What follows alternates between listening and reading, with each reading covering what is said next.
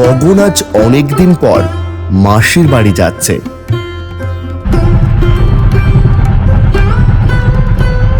Train ছুটে চলেছে তার নিজস্ব গতিধারায়। মাসির বাড়ির গ্রামের স্টেশনটাই শেষ স্টপেজ, তাই এখানে ট্রেনের কামরায় আপাতত আমি ছাড়া আর কাউকে দেখা গেল না। মেঘলা দিন, শান্ত বাতাস, বৃষ্টির আবেগঘন অনুভূতি ওই শহরে ঠিক মেলে না, এই গ্রামে এলেই তা অনুভব করা যায়। ট্রেন এসে থামলো তার গন্তব্যে। এই দুপুরবেলায় স্টেশনে কোনো লোক নেই। গ্রামে সাধারণত মানুষের স্টেশনে কোনো কাজ থাকে না, এখন সবার বিশ্রামের সময়। স্টেশন থেকে বেরিয়ে রাস্তা ধরে এগিয়ে চললাম। কিছু দূর যেতেই দেখলাম একটা ছেলে মাঠের মাঝখানে দাঁড়িয়ে আম গাছের দিকে তাকিয়ে আছে। আমি তার পাশে গিয়ে দাঁড়ালাম। বাবু, তুমি কি আম খাবে? আমি পেড়ে দেব। তুমি পারবে না, দাঁড়াও আমি পেরে দিচ্ছি। তুমি পারবে তো? এতক্ষণ পারোনি কেন?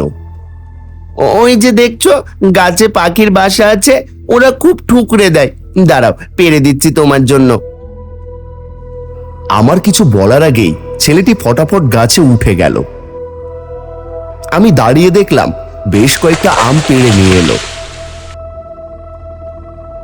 আমাকে দিয়ে বলল, এটা তুমি নাও, আমি আরো পেরে দেব। আকাশ তখনই কালো মেঘে ঢেকে গেল। এই নির্জন মাঠে বেশ ভয় লাগছিল। তুমি যাবে না? এখনই তো বৃষ্টি আসবে, ভিজে যাবে যে। আমি আর দুটো আম পেড়ে আসছি। আমি আর দাঁড়ালাম না, হাঁটা দিলাম। কিছু দূর যেতেই হালকা হালকা বৃষ্টি পড়তে শুরু করলো। হঠাৎ ছেলেটার কথা আমার ভীষণ মনে পড়ল। ও তো ভিজে যাবে।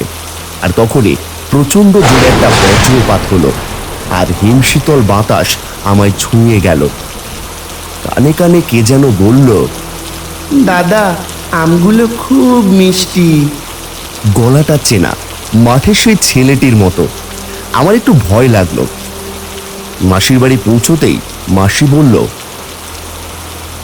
কিরে, এত দেরি হলো কেন? এ বাবা, এ সব ভিজিয়ে এনেছে, দেখো তো ছেলের কাণ্ড।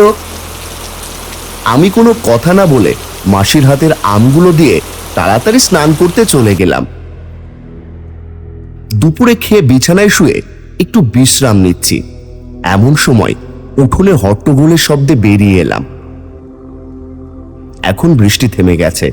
দেখলাম মাসিকে এক প্রতিবেশী মহিলা বলছে, আমার ছেলে আজ সকাল থেকে বেরিয়েছে, এখনো ফেরেনি দিদি। তা খুঁজে দেখেছিস? সবখানে খুঁজে দেখেছি, কোথাও পাওয়া যাচ্ছে না। গগন, ও গগন, দেখ না বাবা, ছেলেটাকে খুঁজে পাস কিনা। তুই একটু যা বাবা। আমি তাকে নিয়ে বেরিয়ে পড়লাম। মনটা কেন জানি না শুধু বলছে মাঠের দিকে যেতে। আমি মাঠে সেই গাছটার কাছে যেতেই দেখলাম গাছের নিচে ছেলেটি মৃত অবস্থায় পড়ে আছে। গাছটা পুরো ঝলসে গেছে। আমি বুঝলাম সেই বজ্রপাতের শব্দটাই তাহলে। আমার বুঝতে বাকি রইল না, ছেলেটি ওই বজ্রাঘাতেই মারা গেছে। অনুতাপে মনটা কেঁদে উঠল। ওখানেই ছেলেটির মা হাউমাউ করে কাঁদতে শুরু করলো। আমার কানে কানে ছেলেটি যেন আবার বলে গেল, দাদা আমগুলো খুব মিষ্টি। পরের দিন সকাল সকাল আমি মাসির বাড়ি থেকে বেরিয়ে পড়লাম। আর সেখানে থাকতে মন চাইছিল না। আমগুলো নিয়ে আমি সেই মাঠে এসে ঠিক পোড়া গাছটার পাশে মাটি খুঁড়ে আমগুলো পুঁতে দিলাম তার স্মৃতির উদ্দেশ্যে। তারপর আর পেছন ফিরে তাকাতে মনের জোর পেলাম না। সোজা চলে এলাম স্টেশনে। ট্রেনের জন্য অপেক্ষা করছিলাম। জানি না কেন চোখ দিয়ে দুফোঁটা জল গড়িয়ে পড়ল। হয়তো সমস্ত ঘটনা এখনো মন মেনে নিতে পারেনি।